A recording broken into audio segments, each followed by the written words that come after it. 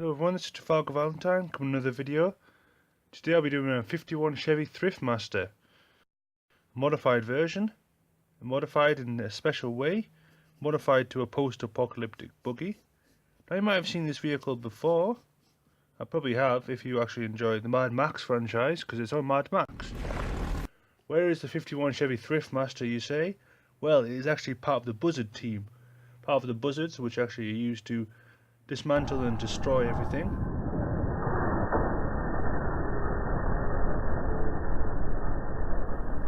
It's nicknamed the Shoe, apparently. I've looked at the photo references and stuff.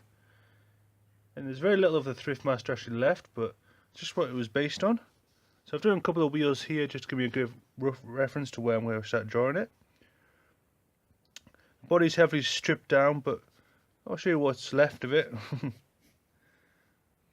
So at the front, we've got the old Chevy headlights. One there. We'll do another one here. And then for the grille that comes across,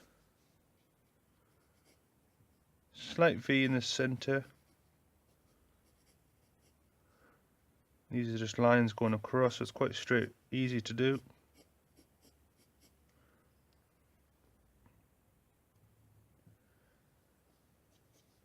And then for the main body, you've got it coming round. This is a very stripped down kind of buggy version of the Thriftmaster. So this is the shape of it. Comes down here, and then it's got these small cage, the roll bars. This is seen coming onto the right hand side of the wall rig, and then Furiosa slams down the accelerator and got her awesome fire crossbow, I can't remember, but and the crew members shoot it together and then blow it up. And then after that you'll see the mother Buzzard smash in. I'll make sure a quick clip of it. The other wheel come up there.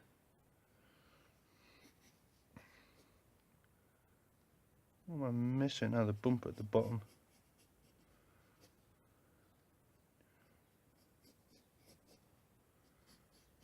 Like so.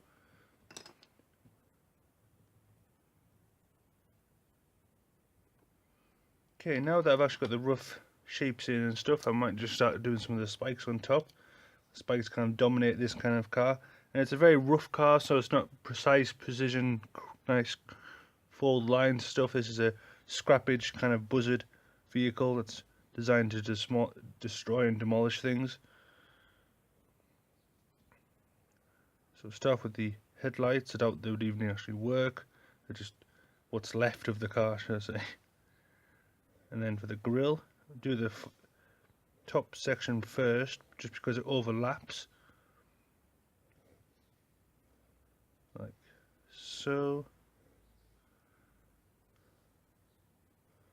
It's actually a bit skinnier now that I've got the photo reference, so I'll just add a second line in there.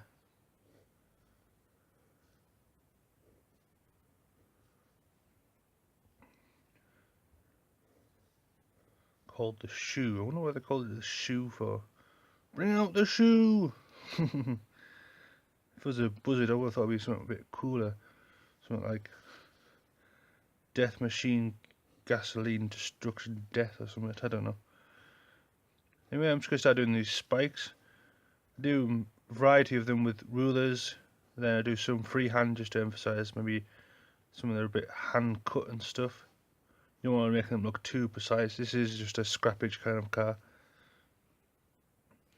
The wheels themselves stick out, as you can tell, from like the buggy shape, so they're not actually underneath anything. It just gives it much more suspension power. I mean, well, gives it much more clearance for the wheels to hit over rough ground.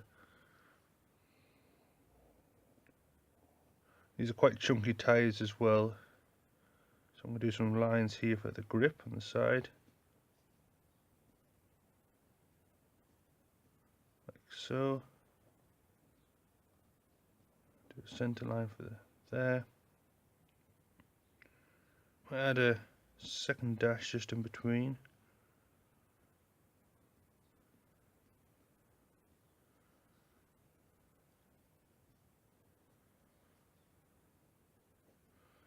some of the components on the inside of the wheel, suspension and stuff.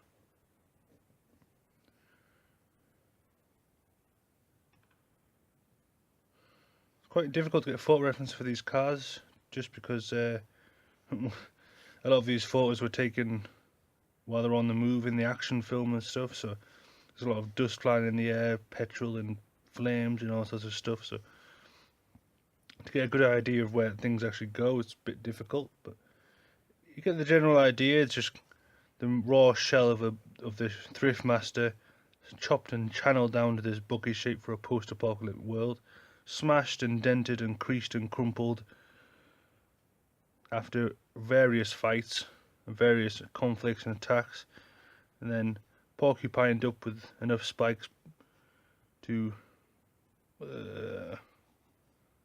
I don't know. Yeah, you get the idea. I've just done the plum dinger, and the spikes on this one are actually a lot smaller than the plum dinger. Hey, it's fine. It's good to know. So I've just been doing these spikes. The bodywork, as you can see, it's quite skinny, so it's been heavily chopped down, and then comes up. Spikes here.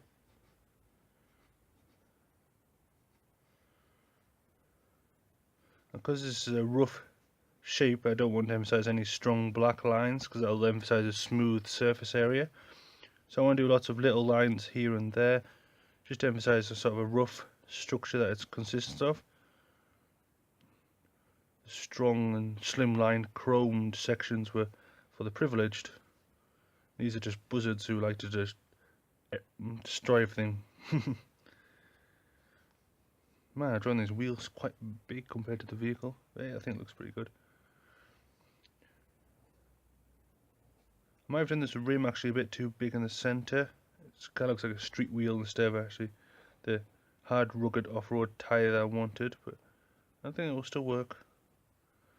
Just doing the second rim on the inside.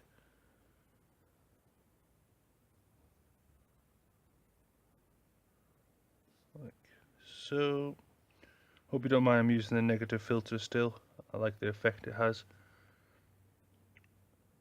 Just gotta remember, it's not black shading I'm doing, it's white shading that you see. I see black, you see white.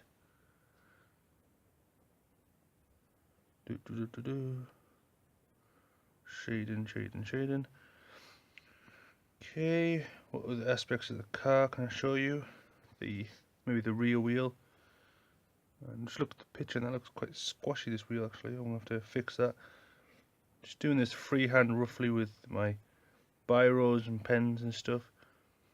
I'm not going too professional and stuff, it's just to show you what I've been doing.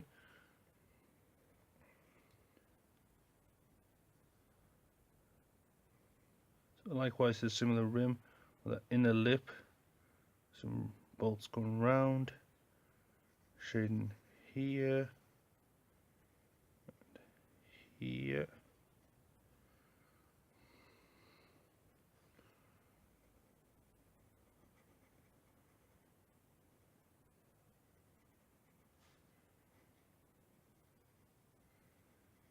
I might do some of these spikes at the back. I want to do some that are jet black and some that are grey. This is going to be a black and white picture. On the front, this is just a great contrast. Some are further away. These ones are up close. The other ones are far away.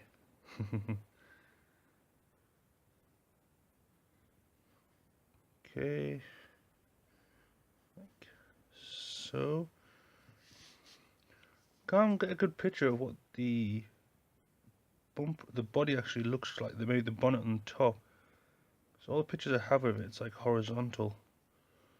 So I'm just gonna do some spikes on top because I know it's got some hella spikes on it. I'm just gonna fill it in like the rest.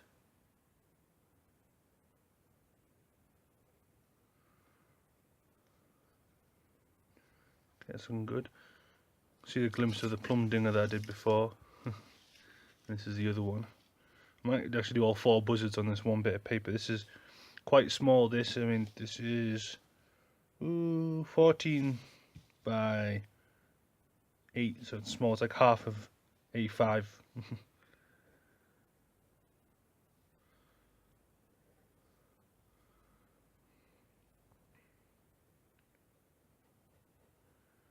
Components behind the wheel. I'm going to do majority of in jet black, but just leave a white highlight for some of the shapes so I wanted to show you some of the shapes.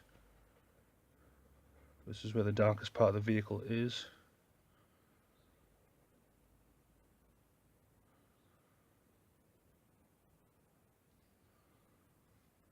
I don't know if you like driving a Buzzard. But very difficult to parallel park, I suppose. Or to try not to hit or destroy anything. You can't put a cover over them either if it starts raining or anything.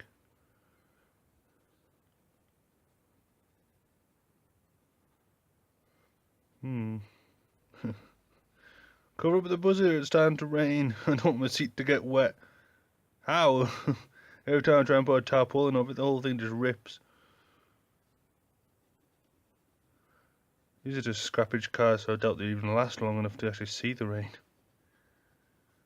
Probably just designed for a few multiple runs, just to destroy a few things. Like so.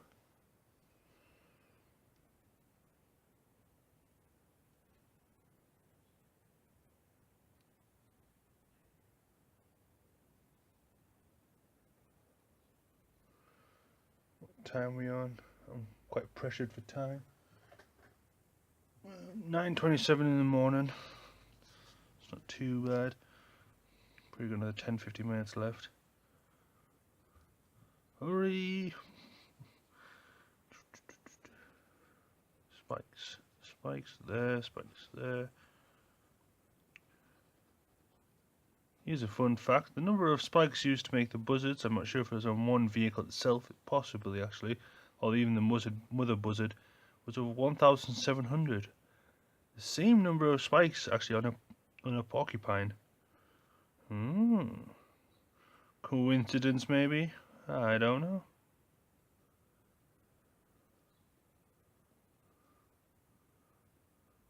I want to use the same number of spikes a porcupine has. But so many, why do I use so many? Damn it, man, don't question my authority. We gotta put those spikes on.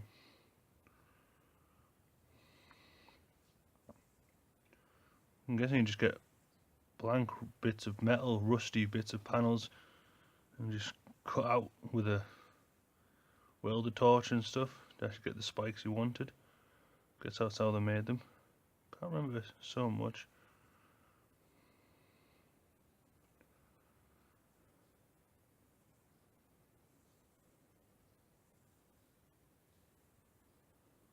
Like so.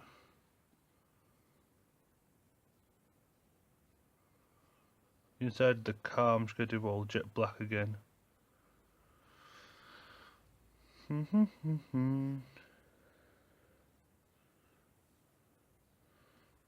Fix some of these wheels, are looking a bit weird shaped. This one's a bit fatter than this one. I have to fatten this one up. You can't slim that one down. You can't slim down ink.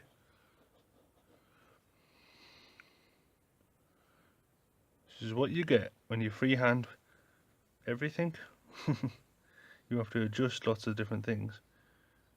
But I don't make mistakes, I make happy little accidents.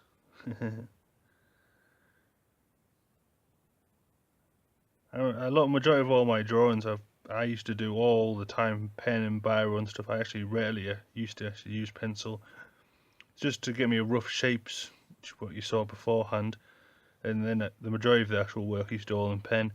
And any mistake or anything that happened that I didn't really predict, or I just used to fix it straight away. Should we make a mistake just to actually show you what kind of I mean? See if I did a line like that. I've just destroyed the whole picture because I've just done a line like that. No, well, no. Let's just try and fix it. Let's try and go around it. So I need to do some spikes up here.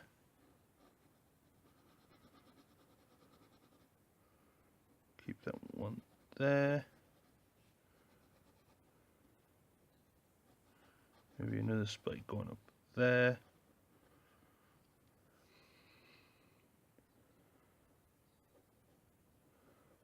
Maybe if I have a spike here. There's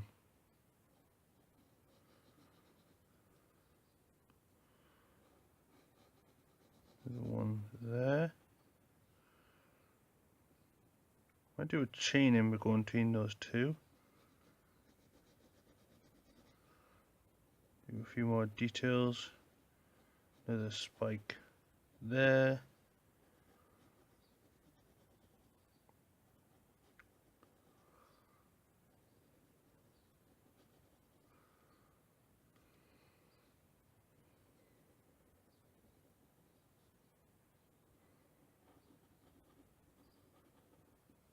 Where's the mistake gone?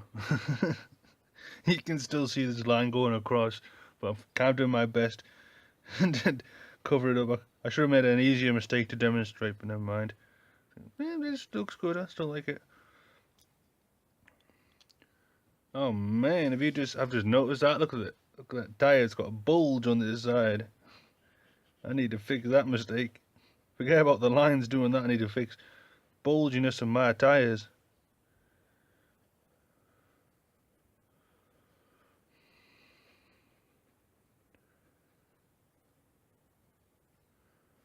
Circles are easy to fix though. So when you do a line right across your whole work, that's when it gets a bit more difficult.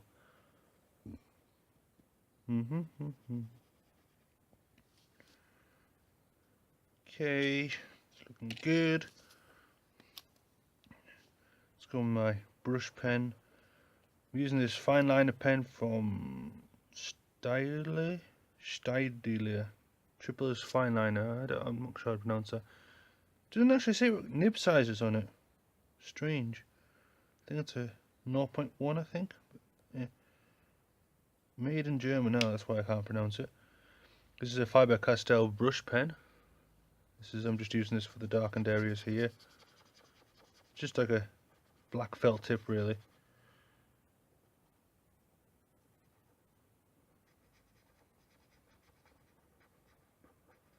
Like so. Okay, what I'll do now is I think I've got the majority of all the details I want in. I haven't actually used a biro much in this one. Where's my feathering technique? Feathering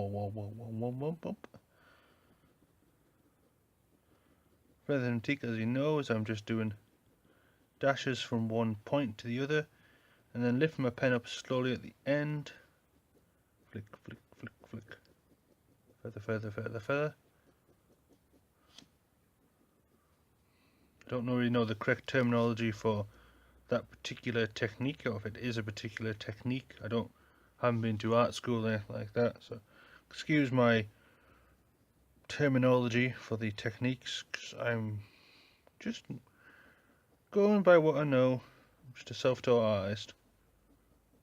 I don't know any better. I just picked up a pen and started drawing and noticed some patterns that I worked out, and then I just tell you about the patterns.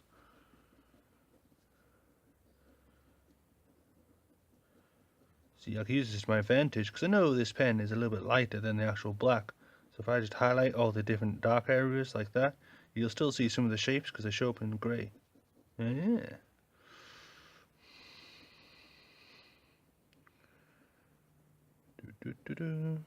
Smooth that out a bit.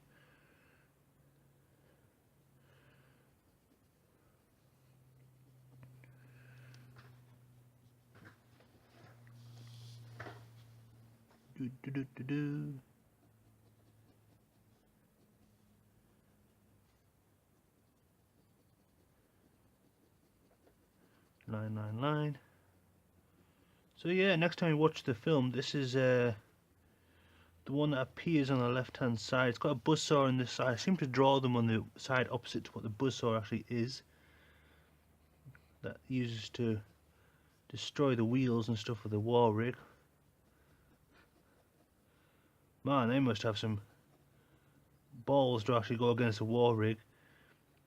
There's a 30-ton war rig travelling 80 miles an hour down our sandplane. Let's attack it. What should we attack it with? I've got a Thriftmaster covered in spikes. Well, I'll do it. Man, if I saw a wagon going down that fast, I don't know. I don't think I would have any confidence that the car would actually be able to slow it down or stop it. I've seen the impact that wagons can make at such speeds and stuff. And I suppose in numbers you'd have different advantage.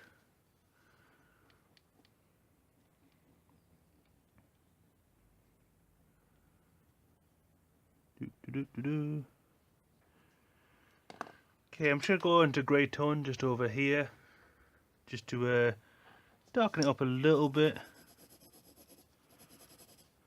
with a pencil.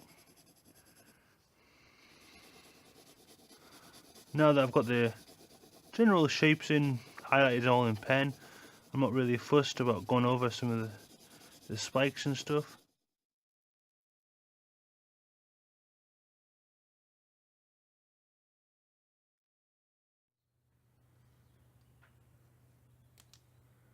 Okay, so you can see now without the effect that I've got, I've just noticed some of these wheels are a little bit more squashy. I haven't done these wheels very well. Curl it round. Just tune up some more finer details. You can see without the filter what it looks like now.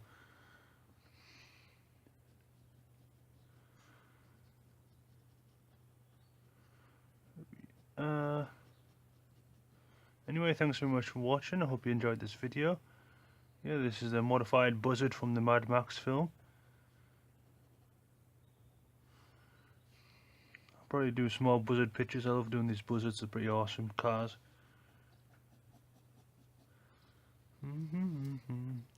Anywhere else I can see to quickly do? Still not happy with this wheel. This rim's getting smaller and smaller because I'm trying to fix this wheel. It's probably because this side's so high. This is what you get when you start trying to do wheels freehandedly. So I'd recommend using a French curve or something if you want to do it a bit more nicer and neater.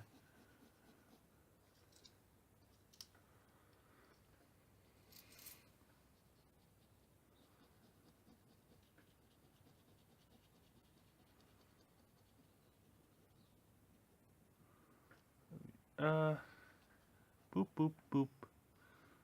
Travalgar, Vallertine. Do you like the logo? Thanks so much for watching, guys. We'll be back in another video quite soon. Goodbye.